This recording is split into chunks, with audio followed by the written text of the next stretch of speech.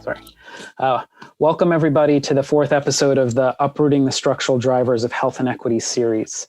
We're going to begin now. My name is Eric Calloway. I'm a managing director at ChangeLab Solutions, and we'll be facilitating today's discussion. I wanted to go over a few quick notes before we get started. First, this event is being recorded and will be posted on the ChangeLab Solutions website within the next week. You'll also receive a follow-up email with a link to the recording once it's ready. The chat function is open, and we encourage you to share any reactions or engage with each other. If you have questions that you specifically want to submit to the speakers, please use the question and answer function. And if you'd like to join us in live tweeting during the event, we invite you to use the hashtag Uprooting Inequity. I also want to let everyone know that a live transcription option is available for today's session. In your Zoom window, you should see a button that says Live Transcript, pictured here on the slide. If you click on that, you'll have the option to either show or hide subtitles. You can also adjust the font size to fit your preference under subtitle settings. Our colleague Bernard Lin is helping us ensure all the tech runs smoothly. So if you have run into any technical issues, you can send him a direct note by Zoom. Now, ChangeLab Solutions works across the nation to advance equitable laws and policies that ensure healthy lives for all. We're an interdisciplinary team of lawyers, planners, policy analysts, public health practitioners, and other professionals. We collaborate with community-based organizations, local and state government, and anchor institutions such as hospitals and universities. And the objective is to create thriving, just communities. Our priority is assisting communities whose residents are at the highest risk for poor health. Our strength lies in using the tools of law and policy in a collaborative, multifaceted, and cross-sectoral way.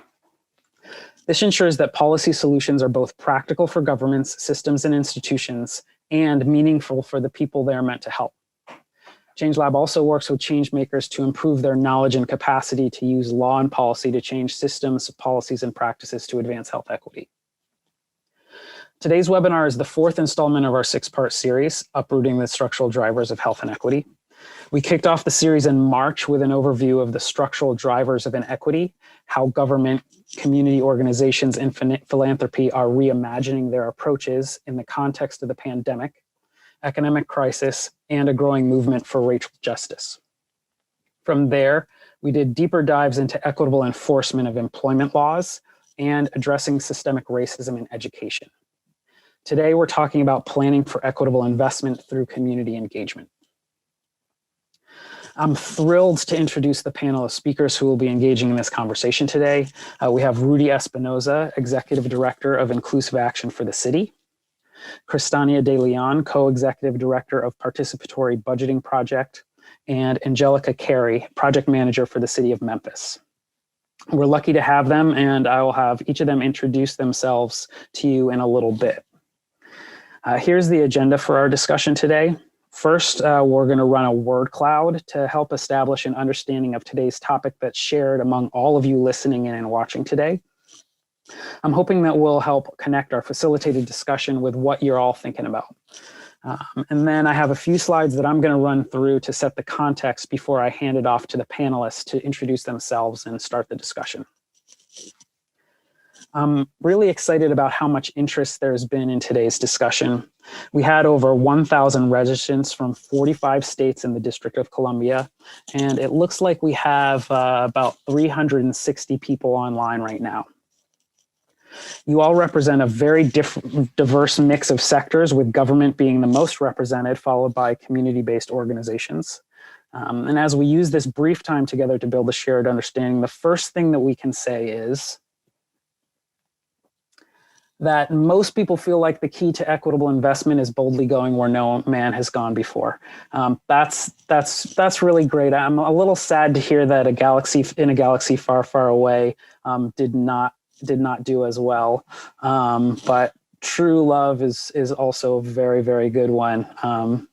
But Princess Bride, near and dear to my heart. Thank you, everybody. In all seriousness, We obviously can't cover the answer to life, the universe, and everything today. I mean, I could easily just reference my Hitchhiker's Guide to the Galaxy, which tells me not to panic and that the answer is 42. But that wouldn't help because as a field, just like in the book, we need to be clear on what our question is first. You all submitted over 300 questions when you registered, and many of you want to hear about examples, practices, processes, and tools that build equity through participation, community power, and budgeting.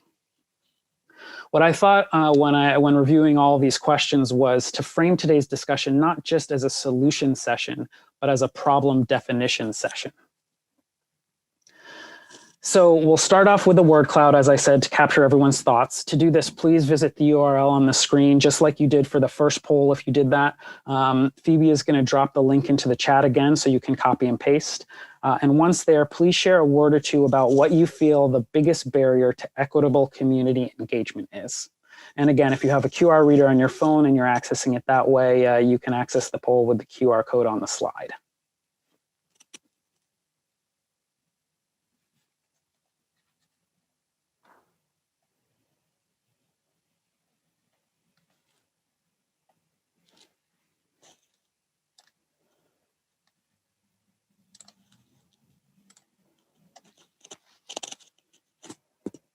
So we can move to the results as they come in here.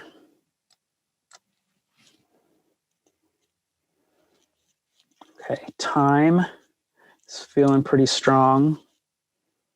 Resources, trust, power, racism, funding, transparency. Fantastic. Time is holding strong. Time, power, trust, and funding and racism. Time, power, trust, funding, and racism.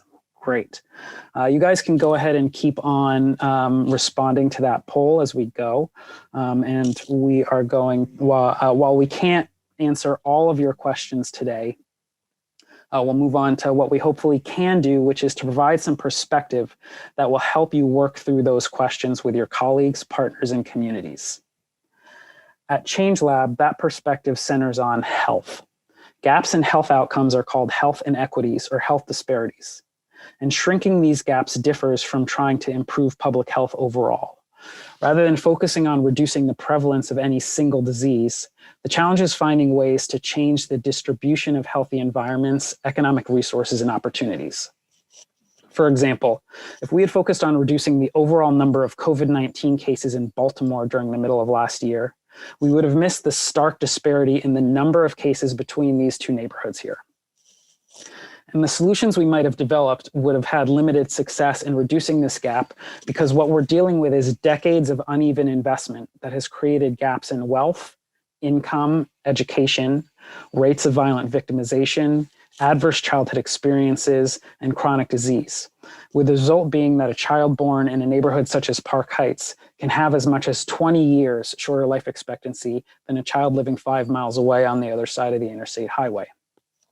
So the inequity in COVID cases becomes just another reflection of that historical and structural reality. Now, uprooting the underlying causes of these inequities requires a fundamental shift in how we think about using policy to promote health. Because the problem isn't necessarily the distribution of healthy places. The problem is why the distribution is uneven and inequitable in the first place and what the barriers are to evening the playing field. Structural discrimination, income inequality and poverty, disparities in opportunity, disparities in political power, and governance that limits meaningful participation are 5 fundamental drivers that create these health inequities. From a planning perspective, while our objective might be to make a disinvested neighborhood healthier, our strategy needs to be to remove discrimination from the systems that caused and perpetuate the disinvestment. And a keystone of those systems is community engagement. Here's why. It actually starts with the private sector, not the public sector. According to one measure by the US Bureau of Economic Analysis, in 2015, the private sector owned over 83% of the built assets in the United States, with another 19% owned by state and local government. And that includes buildings such as homes, offices, and retail, as well as various forms of infrastructure, such as transportation and power. Now, the main factors that shape who invests in what and where that investment goes is socioeconomic and cultural forces on one side, and local government plans, policies, and budgets on the other side. Generally, the goal of market-based investment is not to further a public purpose, such as protecting health or promoting equity. And even when investments may reduce some inequities in a community or neighborhood, who will own or control that investment and who will receive the biggest return on it? Will that return be equitable? Either way, the question is, how can we leverage local government plans, policies, and budgets to create an enabling environment that guides investment in the ways that will align with our public purpose of protecting health and promoting equity? Because legally speaking, that's exactly what police power grants to government, the power to regulate when the purpose is to protect the public good. And that brings us to community engagement. The strategy of shaping private investment is not just about changing the content of planning policies, such as what land uses or densities are permitted where. The strategy is about changing the process of creating, adopting, and implementing plans. And if equity is the driving force of the new process, then we need a new understanding of and commitment to community engagement. So that's the first piece of our problem definition. What do we need to change systemically in order to make equitable community engagement a fundamental part of the process of creating, adopting, and implementing a full spectrum of local plans, policies, and budgets that shape investment? And we'll talk about why this is more than just inviting more diverse stakeholders to community meetings. Now, I want our panelists to do most of the talking to expand upon that problem and how to overcome it. But before I pass it over to them, I want to share just a couple of thoughts that I've had about this problem over the last few years. The first is about timeframes. From one perspective, when systems and environments have been one way for our entire life, change can feel very hard. It's that's the way things are. And when change takes the most of our lifetime to occur, it can feel like things are moving very slowly. But systems and environments don't change all at once. They take time. On the flip side, while we've been building places for centuries, the current system of local, state, and federal land use regulations, Euclidean zoning, gas tax funded infrastructure, and affordable housing financing mechanisms have only been with us for 100 years or so. And think of all the systemic changes that have happened during that time frame. So there is hope. If we each start by individually building relationships and making equitable decisions, those decisions will lead to equitable plans, processes, and investments, which will create systemic change. The second thought I want to share is about trust. In order to meaningfully engage the public, and in order for them to meaningfully participate in return, they must trust the government or institution as well as the process. That means that you know your stuff when you engage the community, that you reliably show up, that you create safe spaces for sharing and conversation, and most importantly, that you're focused on their interest over your own. For example, why and when do we engage our communities in the first place? One big problem that I personally see is that community engagement is typically tied to specific projects. And I'm sure that many of you in the audience have experienced trying to have a discussion with your community about a project only to find that what they want to talk about is something your project just can't address. This is because, in a way, that engagement is fundamentally about us and not about them. So maybe we can think of ways to create channels for community dialogue that are regular, ongoing, and disconnected from projects that provide space to discuss those issues that they want to talk about. We can use those conversations to build trusting relationships, and we can use what we learn from those dialogues to guide our projects. So that's just a thought from me. Now let's move on to our panelists. If you would please introduce yourself and briefly tell us a little bit about your work and tell us what's on your mind today that you want to share or talk about during our discussion. We'll start with Rudy, then move on to Kristania and Angelica. So Rudy, to you. Hey everybody, my name is Rudy. I hope you can hear me okay. I serve as the executive director of Inclusive Action for the City. We are a nonprofit community development financial institution based in Los Angeles. And we distinguish ourselves from other CDFIs because not only do we do micro lending and technical assistance for small businesses, but we also care a great deal about policy advocacy.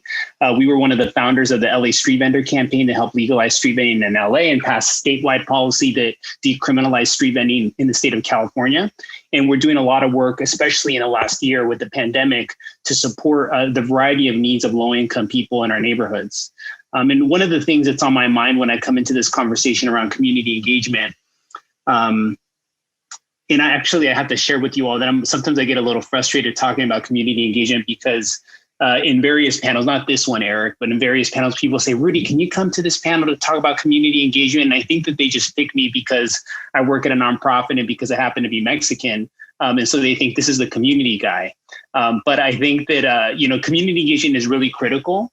And one of the things that I'm carrying with me today as I come into this space is the 1-year anniversary of the murder of George Floyd. And over the last year, we've seen millions of people engage and take to the streets and call their elected officials. Here in LA, there was thousands and thousands of people that called on our leaders to disinvest from the police department because LA is a capital of police violence. And just a week ago, the city council approved a budget and there was some concessions that were made, but modest concessions around the budget. But essentially at the end of the day, the budget was increased for the police department for up to 3%. And I know that that our leaders try their best.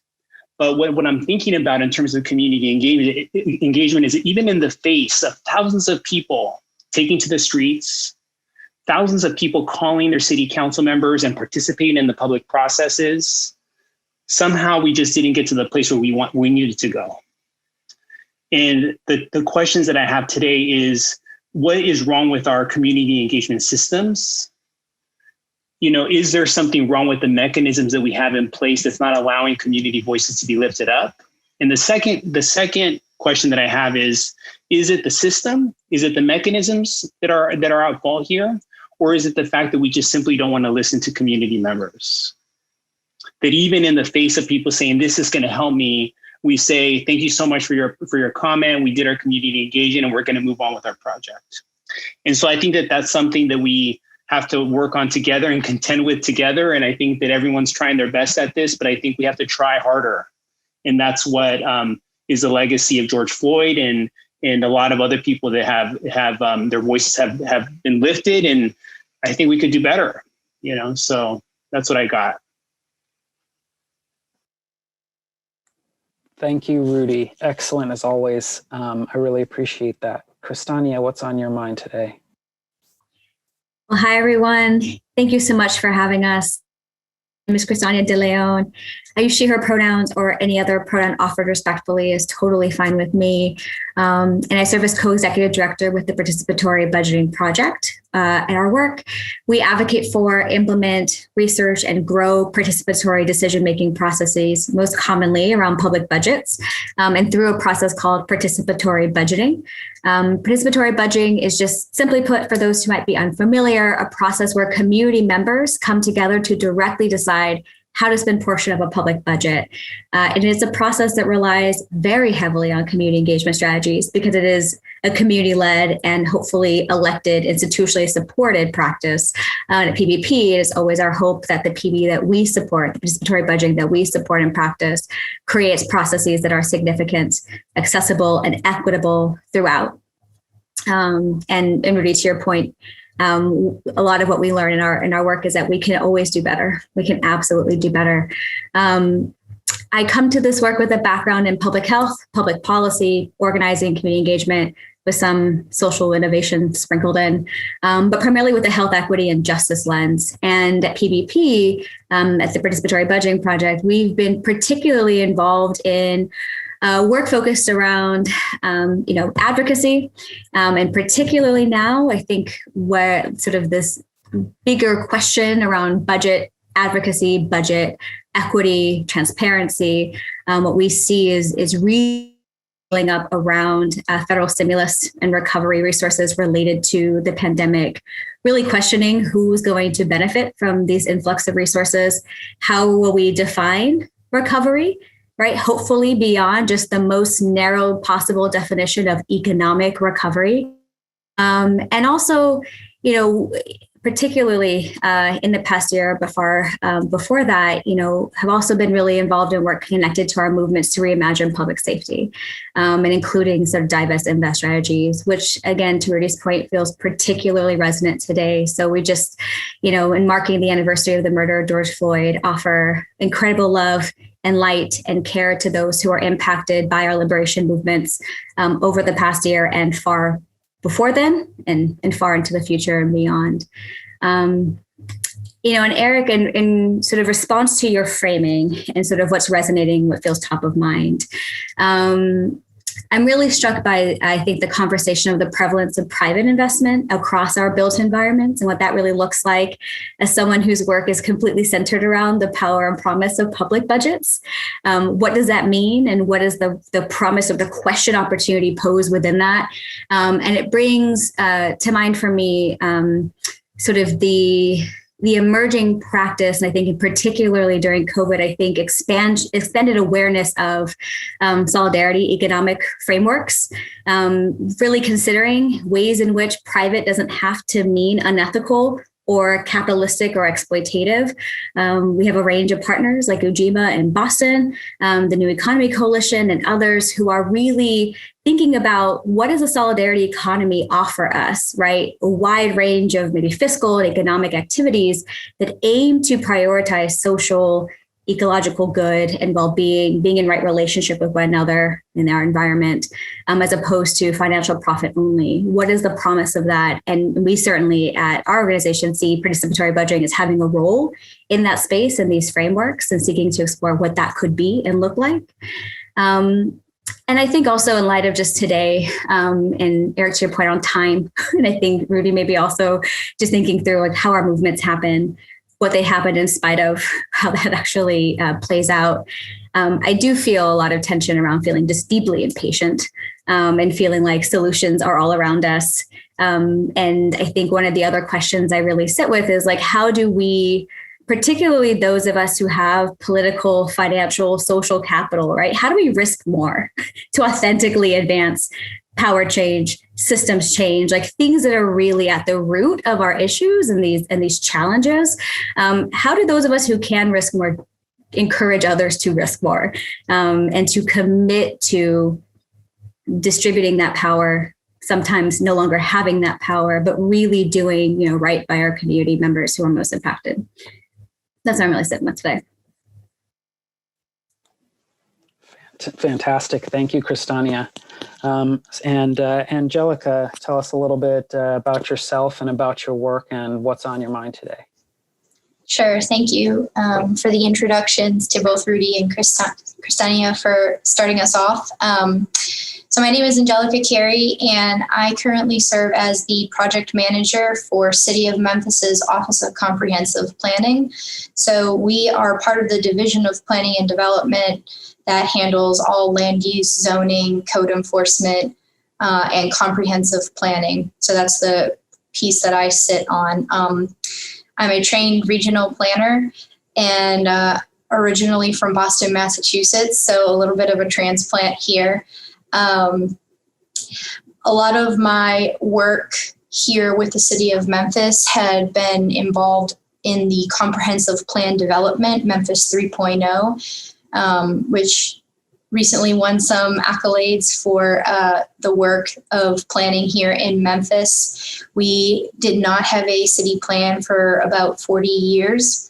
So a lot of that process was new for not only us, but also a majority of the residents and also other city divisions. So I think what's really with me these days is how to take a lot of the engagement and the work and recommendations that we heard from the residents during that comprehensive planning process, which ended in 2019. The City Council adopted the plan.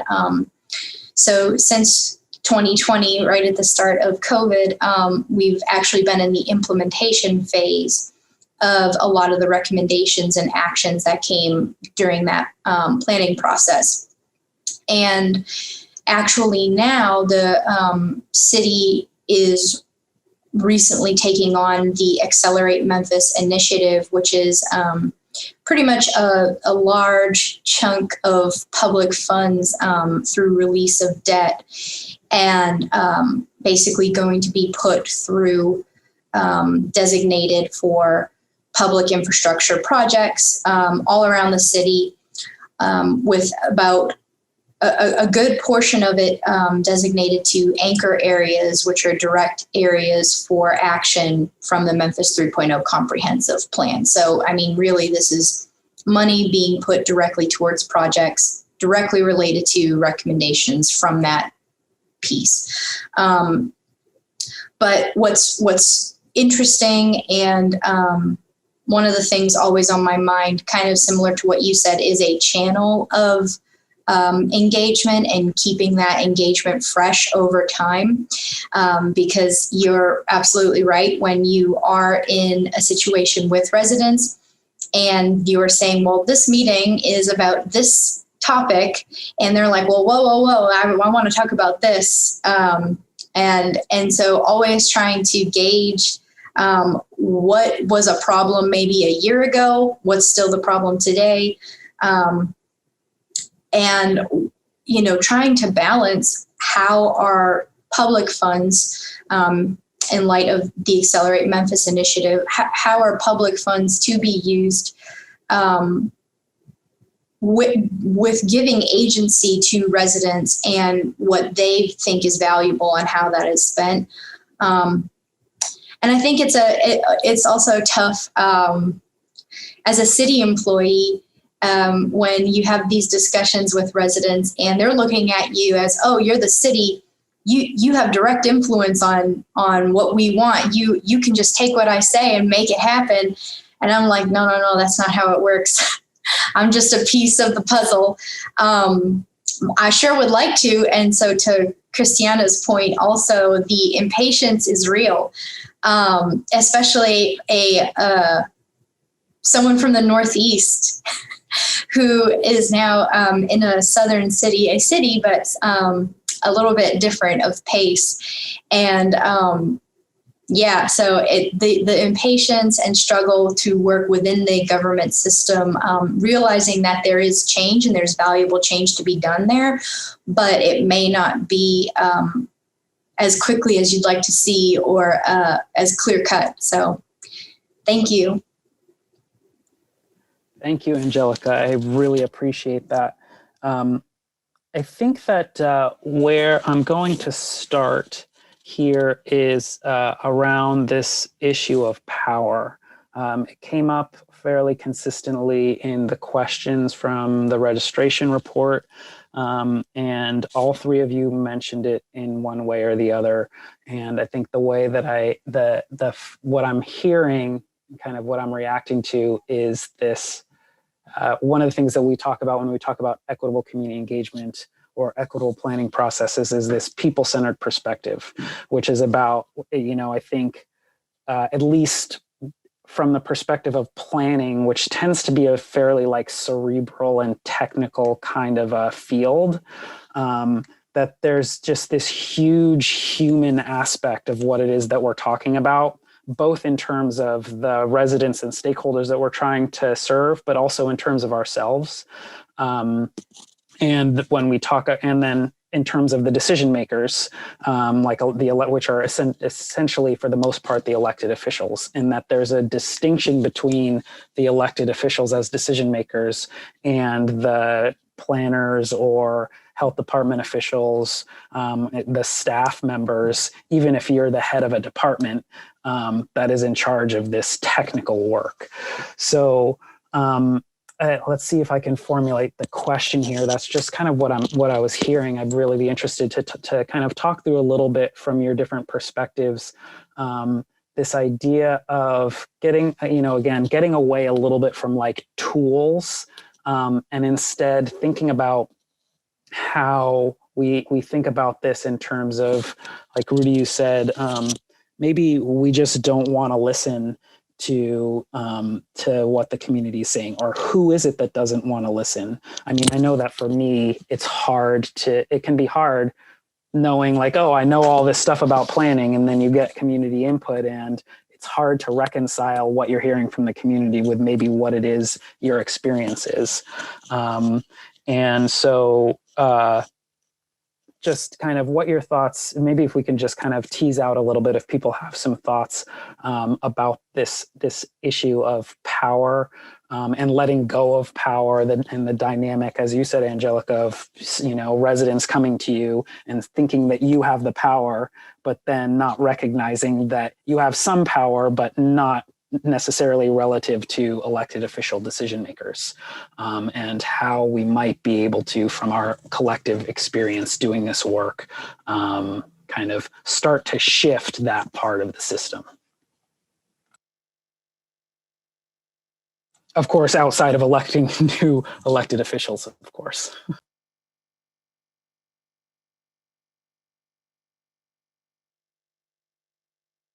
Maybe that's what it is, Eric. I don't know if our field takes building political power seriously enough. It's not only electing new people, it's also, like, in my view, also building the bench of leaders, right? That think about abolition, that think about participatory budgeting, that are open to transformation, not just doing the same thing over, I think that, sometimes when I see younger professionals, and I'm like, man, they're like doing the same thing that the old guard is doing because they feel like this is the way to be successful, or this is how you get power. And I wonder what our role is in deconstructing that a little bit and showing a different way. And I think all of us have a role to play, even city folks like you, Angelica, I think they, like, when I see city, practitioners, I'm just like, man, you guys are so powerful. You have a big role to play, even in the machine, to push at every step of the way and provoke new questions. But I think, thinking about politics and running candidates is an important thing. I think we should all be fluent in that language,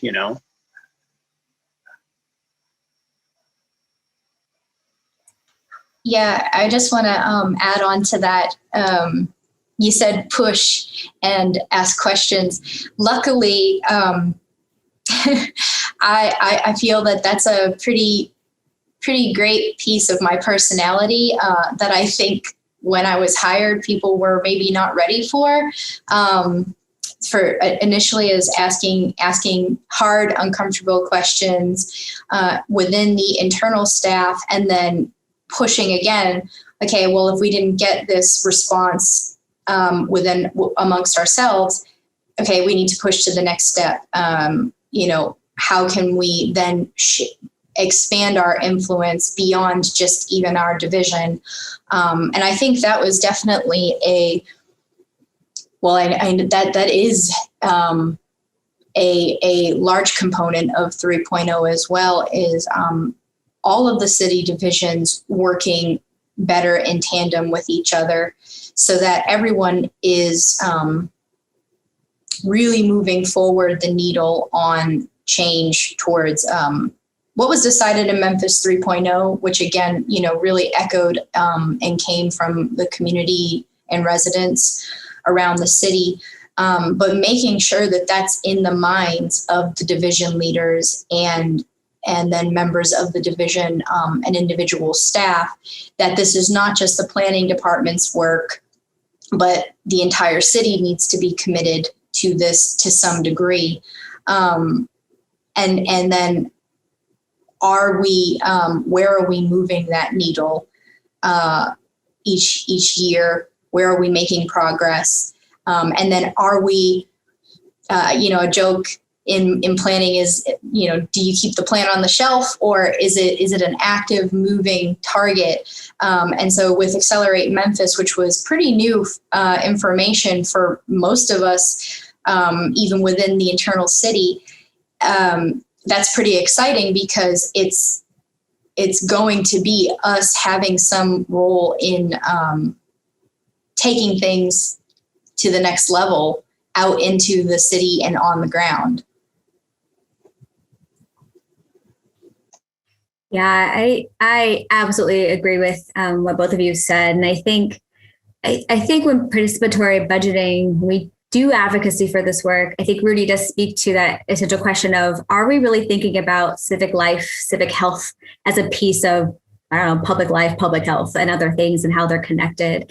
And I think that running candidates is an important piece of it.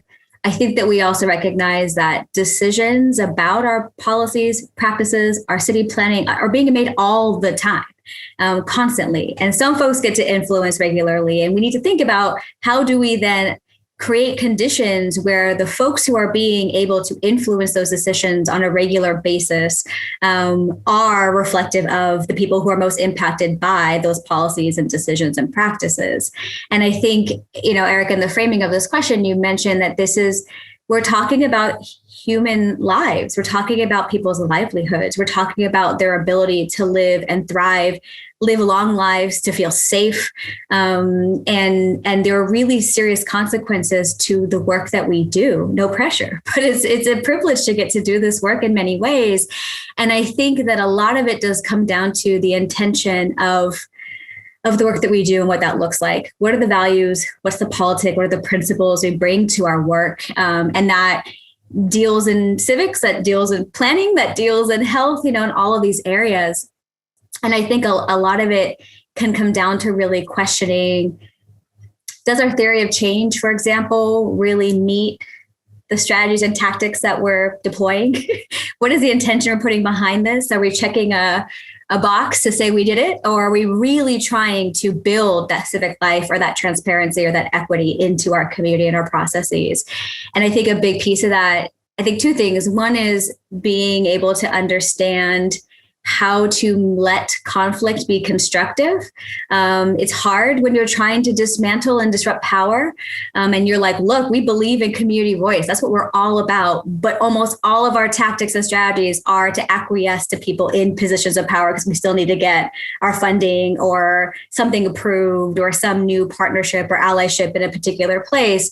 And I think we have to be able to say, maybe we do need to say those things in those places of power. Maybe we do need to question and push back, and having conflict can be okay if it's rooted in that intention, if it's rooted in right relationship with our community advocates, our community partners, and we're there to back each other up and to say, well, no, actually, maybe this is a conversation worth having. And I do think a place to start to flex those muscles, if you are intimidated to have those conversations with sort of maybe high stakes partners or folks who are deeply influential, is practice internally. Do we feel okay talking about white supremacy, heteronormativity, patriarchy in our organizations, our structures? Are we all about power to the people? But then when we come back to our organizations or departments, deeply hierarchical, there can be a lot of dissent, there can be kind of conflict and other things. Are we flexing those muscles as individuals in this space? Are we doing it with our teammates and folks who we feel we can build trust and vulnerability with and be vulnerable about these conversations? And how does that then allow us to not only be trusted partners and advocates in community engagement work, but also just better at being able to articulate the intention, the purpose, and the hopeful outcomes that will result in our ability to do this work and do it well. And I think a lot of that comes to what do we consider as our business? And I think a lot of us maybe need to think about, is dismantling white supremacy my business? And I would probably say yes, it's definitely your business. How do you embody that? What does it look like? How does it manifest? And how does that match the intention that you want to set forward in your work? I think that's important, and conflict can be an okay piece of it. That's all really great. What that makes me think, some of the things that I heard there are kind of what are the new skill sets that we need to have that are maybe not the, young planners coming up doing the same thing the old guard is doing, because they don't have any different skill sets. This kind of people-centered relationship building is not necessarily a central part of what you learn to be a planner.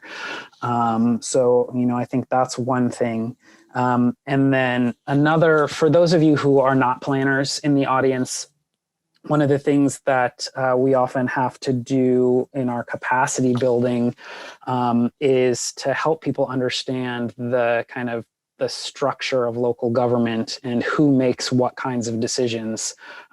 So I saw in the chat something about power analysis, assuming that's like power mapping. So if you want to influence decision makers, what's your path to that influence? And who is it that you actually need to influence? So as a field of planners, planners typically are making recommendations to elected officials about what the policy should say. The elected officials are making the decision, but in a lot of ways, they're taking guidance from the staff that are in that meeting saying, here's the staff report. This is what we think would be a good idea. And so one of the places where there's a lot of power that we can leverage is, on the one side with the processes and the staff that we have talking to the community, really building their skills to be able to have those conversations better, to really be more oriented towards them, to be able to listen better, to be able to hear better, translate what they're saying into the policies, and then managing up to try to help make sure that those things that you've heard from the community get filtered in to the recommendation that goes to the elected officials. So, again, for those of you who aren't planners, a power mapping exercise would probably be a useful thing to do to really understand, okay, what, do I have a direct connection to these individuals? What's the path that I have to all of these different puzzle pieces, as you said, Angelica, that do involve planning decisions all the time, every day. So I think that that's really interesting from what you guys all have said. And I hadn't personally thought, that our work is, would involve political advocacy and getting new people into office as elected officials. But to a certain extent, if we can build the capacity of advocacy organizations and stakeholder groups to understand the role of elected officials, or to understand how they can leverage these like political policy processes, then maybe we can get some more momentum behind the people who we have in elected official positions. Because I've seen in some places where you have council turnover, you have younger council members, you have some people who are more aware of these issues, and it really makes a difference in terms of the types of policies that even get considered by local government. It looks like Eric, go ahead, Rudy. I just want to put an exclamation point on this idea that planning is political. It really is. And if you think that it's not, then you're probably not doing your job right, or you're not sort of thinking about your job right. And, at my organization, we do lending, and we certainly interact with a lot of amazing lenders that don't see their work as political. But for us, we think it's very political. It's access to capital, making sure people have resources. So I think putting that tool in your toolbox of understanding how politics works and doing the power mapping is really great. The other a tool in the toolbox would be something I think around, and I'm just kind of riffing with you all, that I think there's something around customer relationships. Right. So, and thinking about and human-centered design, which I know was like a buzzword a few years ago, or leveraging emotional intelligence. But let me tell you two stories really fast. This past week, the County Board of Supervisors in LA voted to create the largest guaranteed income pilot in the country. Amazing. So I care about this. So I said, you know what, I'm going to get on the queue for public comment.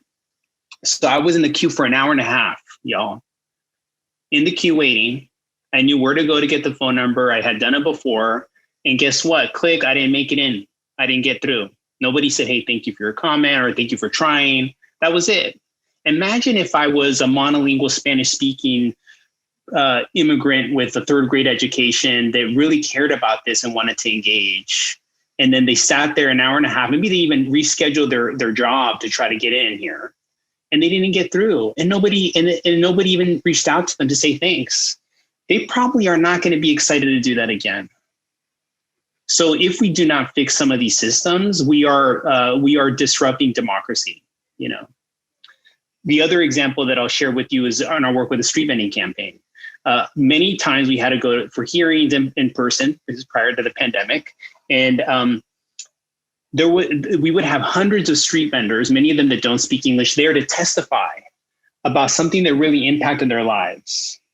And too often, the city did not have enough translation devices so they could understand what these leaders were talking about in regards to their life.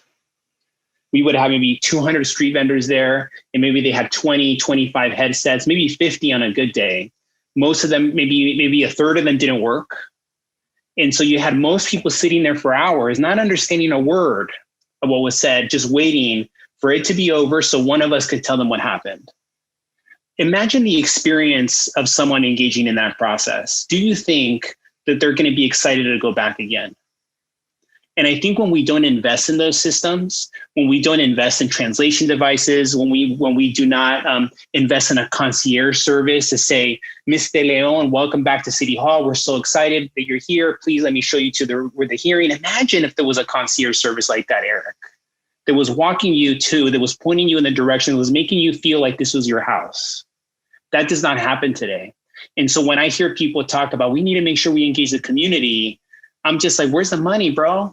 Like, if the money's not there, you're just tokenizing this whole concept, you know? And so I think that one tool that we have to put in our toolbox is really thinking about, as planners, how do we all put the community relationship hat on and think about how are we gonna really get people excited about this and make it easy for them to come back?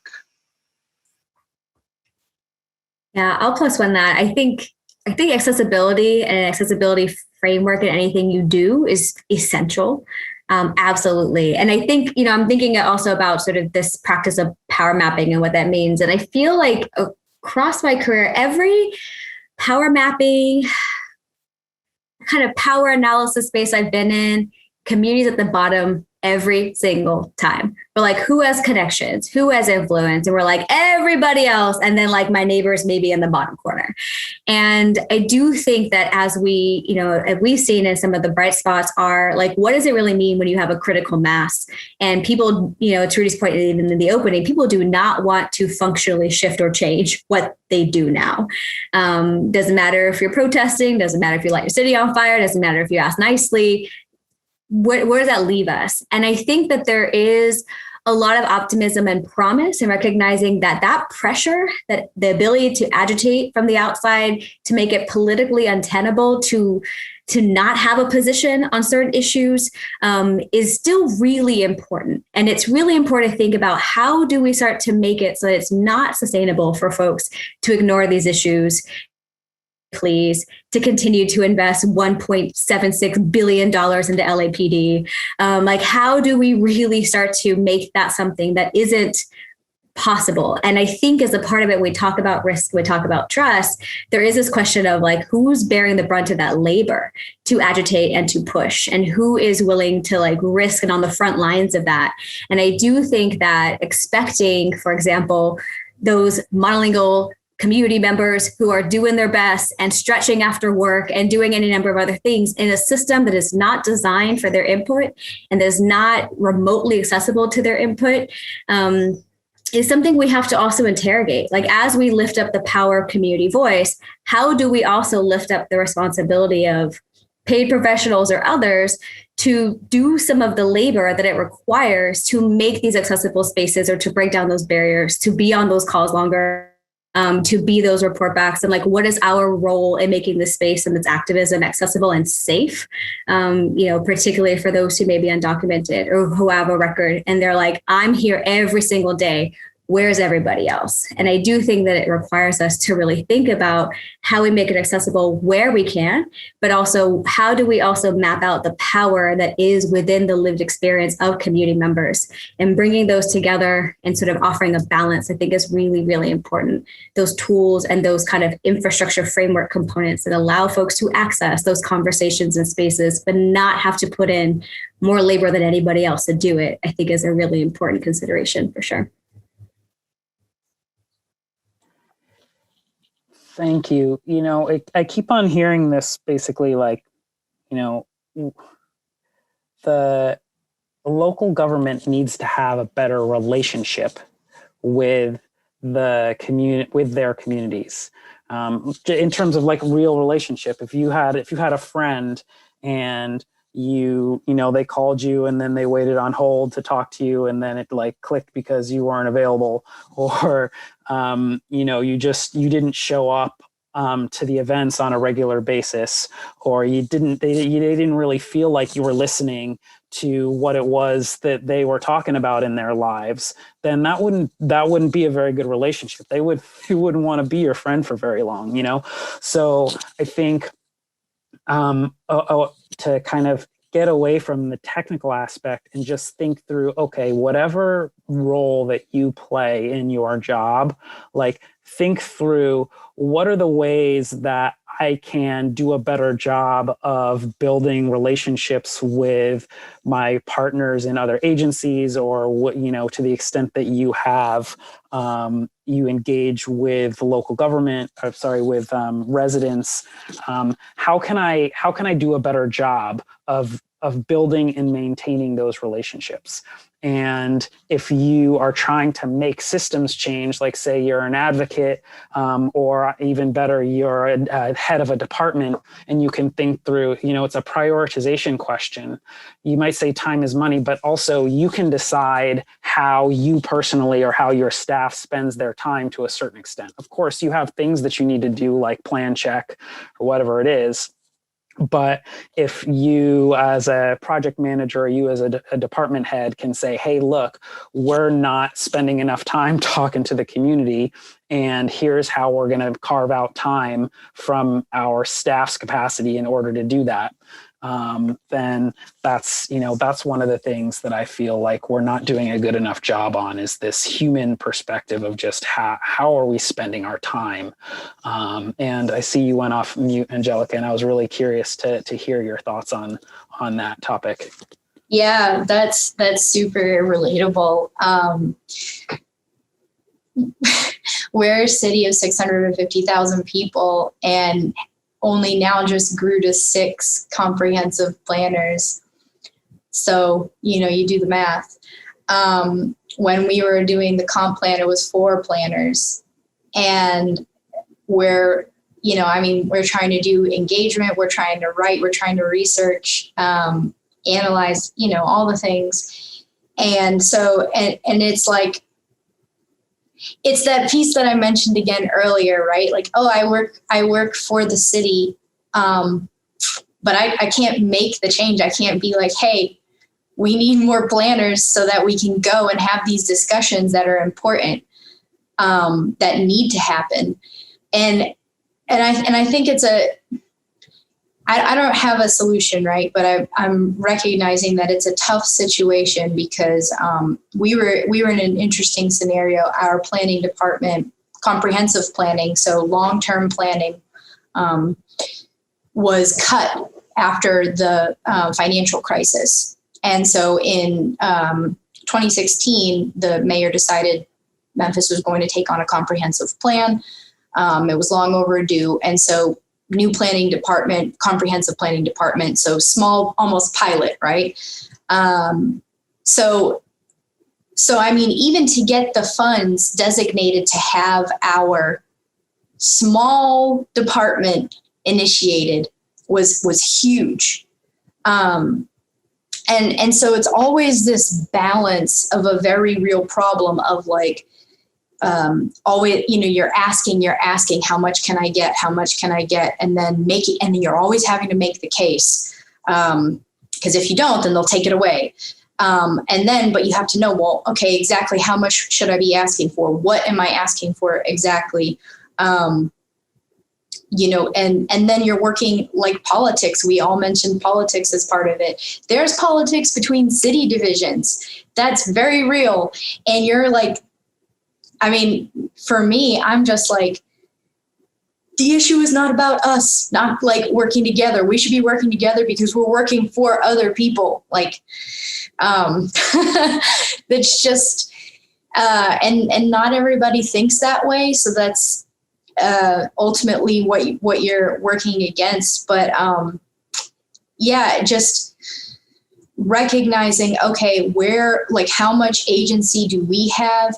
Where can we continue to push? Like, I know I said that earlier and we've all mentioned it. It keeps coming back. Like it's like every day, are you living out your values to the best of your capability? Because sometimes you're like, okay, well, maybe city government like isn't the way, but then you're like, well, that's going to happen with or without me. So, where do I want to put my influence, where I see like making the change? Because if there aren't more people that think this way, that come into this line of work, then where's it going to end up? I hope that made sense. Absolutely.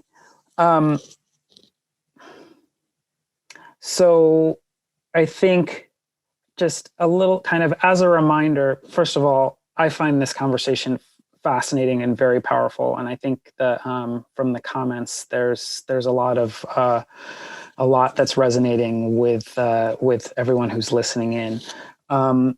When you talk about that interdepartmental kind of politics, and you talk about the size of the comprehensive planning department relative to the size of the community and the local government needs. Some of that is budgeting, Christiana. And so that's one of those places where it's like, okay, one place where the rubber meets the road are the decisions about how we allocate the limited resources that we have as a local government towards staff and staff time and what we want those staff to prioritize or projects that we want them to work on. And so, I think that this question of, but it's tied still into planning processes or policies, which is overall, we're just talking about conversations between local government and the community that ultimately get written down in ways that shape what our priorities are. And so I think, Angelica, in Memphis, it's a really great example. You went through this process, you have a comprehensive plan, and that comprehensive plan is shaping investment decisions in terms of your Accelerate Memphis program that is directing money to the places that the planning process determined, right? I think that's an excellent example. And you can think about that internally as well. What kind of a process or engagement might you have that would shape the budgeting so that you recognize the need for community engagement and that you have the staff and the staff time dedicated in order to do that thing. And so maybe Christiana, if you could speak about anything that resonates there from that kind of budget and priority making process. Yeah, that's very real, all of that. And, I think that when we talk about budgets, and I think especially in the past year, we're talking more and more scrutiny, I think more public interest generally about budgets and budgeting, sort of bringing back these reflections, in Dr. King's, work and others around budgets being moral documents. And I think when we talk about values alignment, there is an understanding that our budgets reflect our priorities, our budgets reflect our values. So who decides? And are we connecting with those who are impacted by our budget decisions to inform what things need to be funded, what that needs to look like? And I know that we often are running, PB, like a real PB process for a whole city, for example, could take a whole year to really do the intentional, deliberative community engagement work that has to be done for it to be run accessibly and equitably, and really intentionally. But within that, there is room to build in that consistency of connection, to build authentic relationships, but also think about, in our budgets, are we paying our community leaders for their expertise? Do we value their expertise the way we value our colleagues' expertise, or someone within our city department or agency? Are we hiring members of our community in our city departments and agencies? What is that? And so I think that there are also, we have to budget for time. We have to budget, the resources to run deliberative processes, and we have to be intentional about that. But we also have to maybe name where there are ways where within the spending we're already going to be doing, like hiring or personnel or other things, what does that process look like? And are we compensating and really valuing the voiced expertise of community in a really tangible way, particularly in a year where folks are really struggling, with food insecurity, housing insecurity, job insecurity, and because of the pandemic, and also just the underlying inequities that have been sort of manifest in, sort of broader ways, and maybe more visible ways for many. We got to also think about, if we're already spending money to do certain things, how does that also advance our goal of authentic community relationship building, authentic power sharing?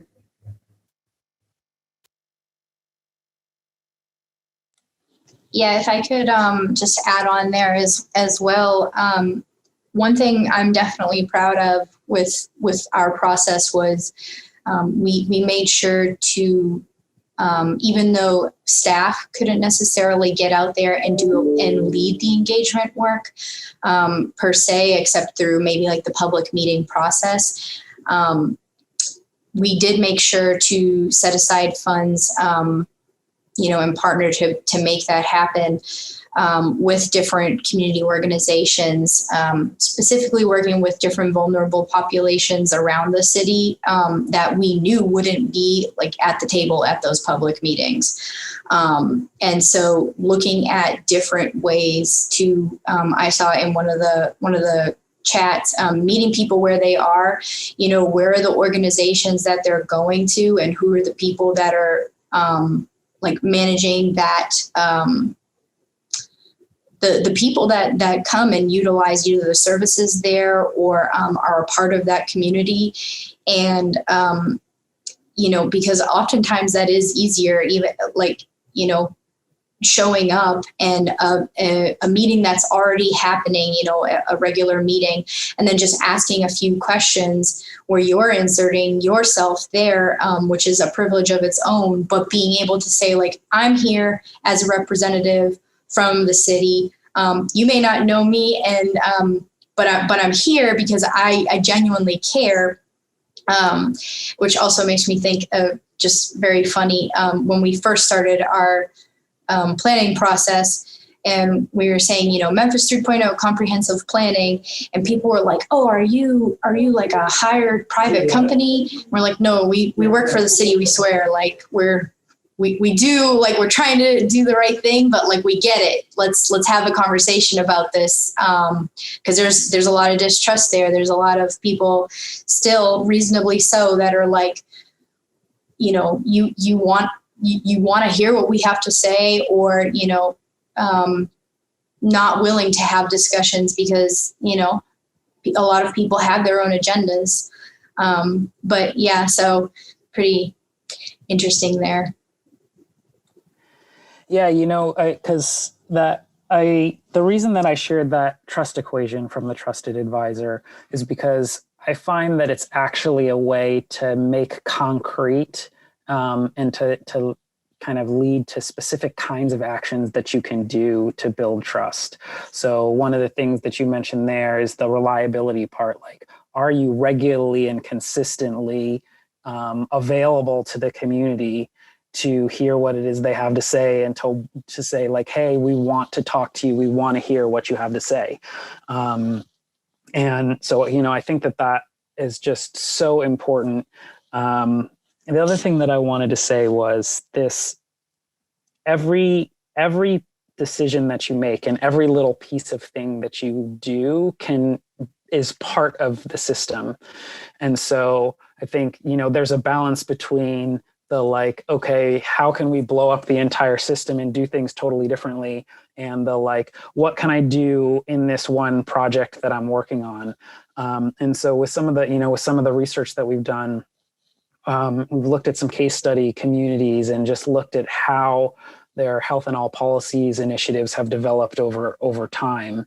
And you can see that, they start in little places here and there. Starts with a report on unemployment disparities, or so maybe it starts with somebody who plants a seed about the budgeting process or whatever it is. And especially with something like budgeting process, this is one of the things where you talk about policy. We're not necessarily talking about like big land use policy, but like internal policy is the amount of change that you can have if you can set your policy making process on a trajectory to reflect something just like increasing community engagement budget. So if you do that, then what you build off of that increased community engagement will then multiply over time. And so I think just kind of remembering to keep in mind that balance between thinking big and the large systemic kind of change that we need to accomplish, and thinking tactically in terms of what do I have that I can hold on to and leverage just with who I am, and how can I build on that? What's the next thing that I can build on top of what is in place now? I find that really interesting, and was reflected in what we looked at in communities in terms of, little bits of work building on each other over time. Did anybody else have any thoughts on that before? Yeah, Christonia. I'm just make a really quick plug because I know that we're like community. I'm very much like, we can change the system tomorrow. I get that. So that is my optimism and my like, we can do this attitude. But to your point, I think when we think about starting small and making this digestible, we do PB within our organization with a piece of our budget. It's a way of how we reflect our values. Doesn't have to be PB for all organizations. We have a toolkit actually if folks are interested. However, that internal policy setting, the conversations you have with your colleagues, how you build trust and who you bring into those spaces, I think are all excellent places to start. And to start kind of, again, flexing that muscle and really thinking about, what does this look like in practice? How do we get more comfortable and familiar? And even with your organizational budgets, even with your internal like policies that, or around work from home policy, start there. Is that a humane, do we feel good about this? Does that feel supportive? Does it feel accessible? And that's really important, I think, and it shouldn't be sort of taken lightly. And I think, Eric, to your point, that building on that can kind of open a lot of pathways for more supportive allyship and accomplishment in the work that we're seeking to do together. But yeah, we definitely all can do this, and I got y'all. What was it? Your colleague Sherry, she's got a sign off on her email, which is elevate. Is elevate? Yeah. Yeah. When I read that one, I was like, I can't hang there. We're close to time here, and I haven't heard from Rudy in a while, and I'm sure that he's going to give us some really powerful knowledge to sign off on this conversation. I think I just saw him go off mute. So what do you got for us, Rudy? I don't have too much. I think I just it's been really cool to hear everybody, and sometimes I try to step back. These issues are complicated. Like, we're dealing with like really wicked problems that when you fix one piece, there's like another thing that broke. And when I get into these spaces, sometimes I remind myself to be simple and try to simplify and do the little things, which my colleagues have just shared. And there was a few years ago, I was working with someone, and they covered me, and they were going to go to a committee meeting of street vendors. This is in the early days of the campaign. And they went to go help. And then the next day I saw them, I said, how did it go? And they said, you know what? Like, I don't know if I was really needed at the meeting, because they didn't have a role for me to play. All I did was like pour coffee and like pass out pizza slices. Like, I didn't do anything. And I thought, that was probably the most important thing that you could have done. That is the beginning of the relationship with the community, is pouring coffee and passing out pizza, and then probably showing up again and doing the same thing, asking how they're doing, being consistent over time. And some of the questions in the chat about, how do you build cross-sector, collaborations and partnerships, and how do you really truly engage? I mean, engagement is just human. It's just about saying, hey, Eric, what's up? How's your kid? What's going on? Last time we spoke about this. And that takes time. And I know that in our boxes, we think about, oh, how do you measure this? What are the ramifications of this? Because, the funders are going to ask for that. And, or the budget hawks are going to look for this. Sometimes we can't, maybe our imaginations haven't been able to come up with a tracking system for this, but this is the way, I think, and so I remember that story of my colleague, I was like, man, it really is just about pouring coffee for people. That is very profound. I knew that you would bring some good wrap up for us. And it really ties into the perspective that I've had over the last couple of years, which is, this, like, what does this people-centered perspective really mean? And when, thinking through, looking at all these questions that came in about what are the tools and what are the processes and how do we do this? And it's like, really, you can do this. Even if we're not talking about on the big scale, we're talking about you as someone who's listening in and is really interested in this by the number of people who had registered. Like, you can do this by just thinking through, think through logically, well, what would I want with someone who's trying to build a relationship with me? How just trying to build partnerships and relationships, either you as an individual with other people in other departments if you're a local government, or with the local government if you're an advocacy organization, or with another anchor institution. And then if you're local government, thinking about the community as a bunch of people who live in your community, and how can we use our staff time and our resources to create ways to build positive relationships with them, because once you build that relationship over time and you build that trust, you'll be able to have the kinds of conversations that you need to shape the policies that ultimately shape the private investment. So we'll go back to the slides here really quickly.